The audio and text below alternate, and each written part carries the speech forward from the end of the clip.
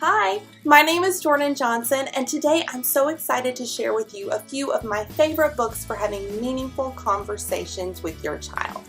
Not only do these conversations help to promote a literacy-rich environment in your home, they also give you an opportunity to connect with your child and to help focus on emotional processing and personal growth. So let's jump right in and check out a few of these great titles. In this wonderful story of a girl recognizing her own value, Jessica is incredibly nervous about her first day of school. She desperately tries to make friends. She does everything from bringing her teddy bear to bringing cupcakes and yes, even bringing her dog to school. But in the end, she finds that all she really needed to make friends was herself. Albert and Little Henry I absolutely love. The honest depiction of what it is like for Albert to emotionally process what it means for him to have a new sibling and what that looks like for him and his family. And of course, in the end, he finds out that although it is different, it might not be so bad after all. Up next is the inspiring and humorous book called Boy. In this sweet story, a brave, hearing-impaired little boy teaches others the value of listening. He intervenes in a fight between fierce dragons and warriors and shows them that all they really need to do is take a little bit more time to understand each other better.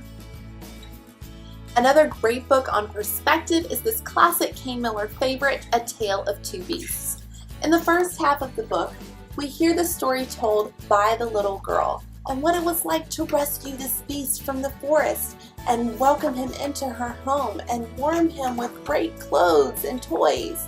And in the second half of the book, we hear the story again, this time from the perspective of the beast himself and what it was like for him to be abducted from his favorite tree limb and put in strange clothes in a strange room. This is a great book for talking to your child about putting themselves in someone else's shoes. Speaking of putting yourself in someone else's shoes, Here and There is a great book that allows your children to explore and learn about children from here, there, and everywhere. In this book, they will learn everything about how they get to school, how they exercise, what they eat, and what they wear. This is a great book for talking with your children about the amazing diversity of people all over the world. Along with different people come different experiences. And in Luna Loves Library Day, Luna and her family are adjusting to her parents being separated.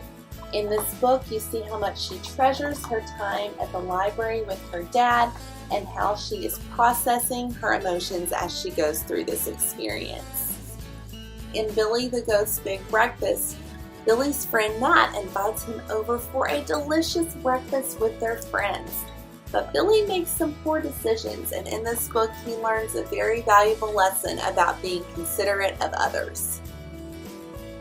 Blue Whale Blues is a great book for talking with your children about expectation versus reality. In this funny book about feelings, Whale gets a bike, and he is very frustrated when it doesn't function like he expects it to. But in the end, Whale learns to laugh and he learns to enjoy what he has. Last but not least, if you have a child who is sometimes afraid to try something new, Jonathan James and the What If Monster is a perfect fit. In this book, the What If Monster is always discouraging Jonathan James from trying something new and is always planting seeds of doubt and fear in his mind. Until finally, Jonathan James stands up to him and tells him about all of the wonderful things that could happen if he decides to take those risks. Thank you so much for joining me to learn about these books. I hope you were excited by some of them, and I hope that they inspire great conversations between you and the kids in your life. Happy reading!